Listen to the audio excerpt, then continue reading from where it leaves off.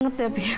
Udah hancur banget itu pas kita dari rumah sakit yang pertama kita dikonsulkan ke dokter hematologi, dokter darah itu kita dikonsulkan langsung ke Prof. Lia ya, Prof. Lia. Kita dikonsulkan Prof. Lia, kita konsulkan ternyata ya positif. Akhirnya kita diberitahu ya ini pahitnya katanya usia sekian biasanya ada anak yang tidak bertahan. Itu kita hancur banget ya, karena dari situlah ya ya udah saya dengan suami, ada almarhum mama saya juga nguatin, bilang itu segala sesuatunya sudah ada yang mengatur, bilang gitu. Oh ya sudah saya jalanin ya udah saya bertahan. Emang sih nggak bisa nerima, mana ada yang mau kan dia tiap ya seperti itu.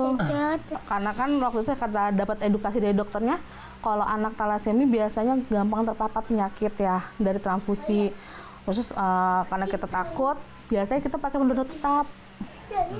Ada per 3 bulan, jadi kita pakai itu karena kita juga takut karena mereka sudah menderita sakit seperti ini. Jadi kita mau yang terbaik lah buat mereka gitu. Talasemi itu penyembuhannya itu ya kalau yang saya dengar itu dengan transplantasi sumsum tulang belakang. Tapi kan itu dengan biayanya mahal banget ya. Saya 3 anak, sedangkan saya dengar-dengar tuh katanya sekali transplantasi aja tuh butuh biaya 2 M. Itu pun tidak di Indonesia. Nah yaudah kita kira ikhtiarnya ya mau nggak mau kita harus rutin transfusi darah. Transfusi darah tidak boleh putus dan tidak boleh jaraknya terlalu jauh. Kondisi serupa juga dialami Windy, seorang ibu di Jakarta Timur yang anaknya juga mengidap talasemia. Saat ini putrinya telah berusia 17 tahun.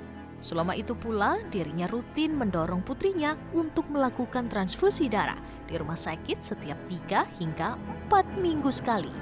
Memang sebetulnya untuk melakukan transfusi darah hingga membeli obat untuk pengidap talasemia harus mengeluarkan kocek yang cukup besar.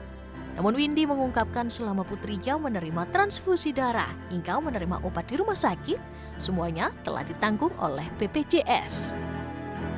Alhamdulillah sih, kalau untuk transfusi semuanya di cover. Semuanya di cover sama BPJS. Paling yang nggak di cover waktu itu untuk uji saring. Sekarang uji saring itu sebenarnya di cover uji saringnya untuk darah WE itu, cuman dia dibatasin. Jadi uji saring itu cuman dibatasin 5. Kaget juga sih pertama, kaget juga gitu, shock kan ya. Pertamanya shock gitu, pertama-tama tuh shock banget. Saya juga ngerasa kayak, oh harus saya gitu, kok harus anak saya gitu kan, kok kenapa bisa begini gitu kan. Ternyata pas kita udah ngejalanin, terus dokter juga kenalin sama pasien-pasien yang lain gitu. Oh banyak tuh ternyata gitu, kita nggak sendiri gitu.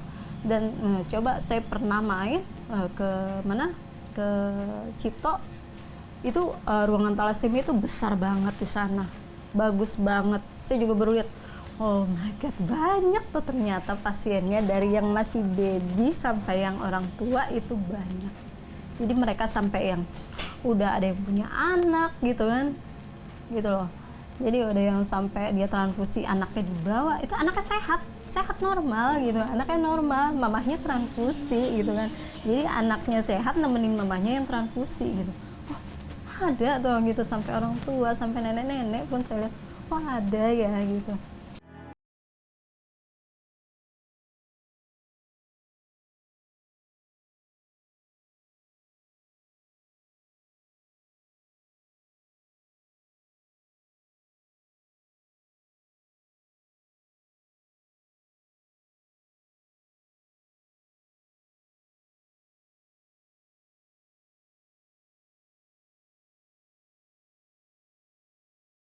Kalau saya katakan saya talasemia minor, ketemu pasangan hidup saya yang tidak ada minor, sehat, normal, itu tidak akan.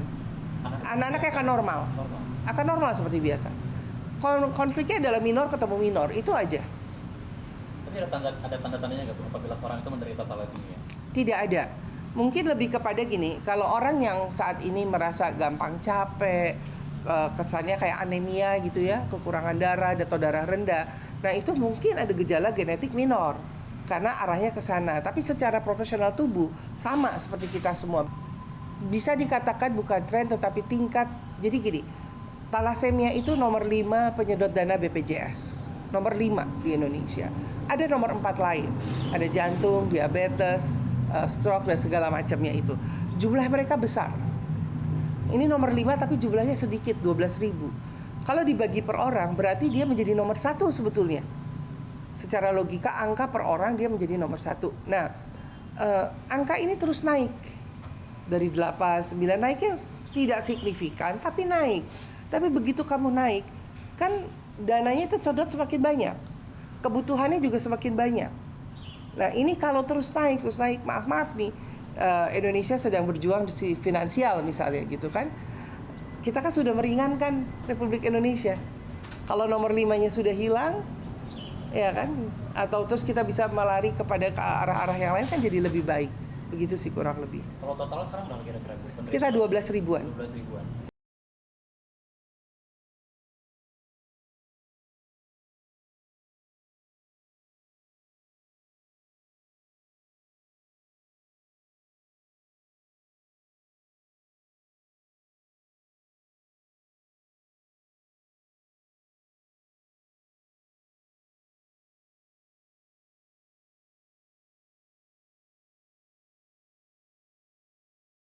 Jelajahi cara baru mendapatkan informasi. Download Metro TV Extend sekarang.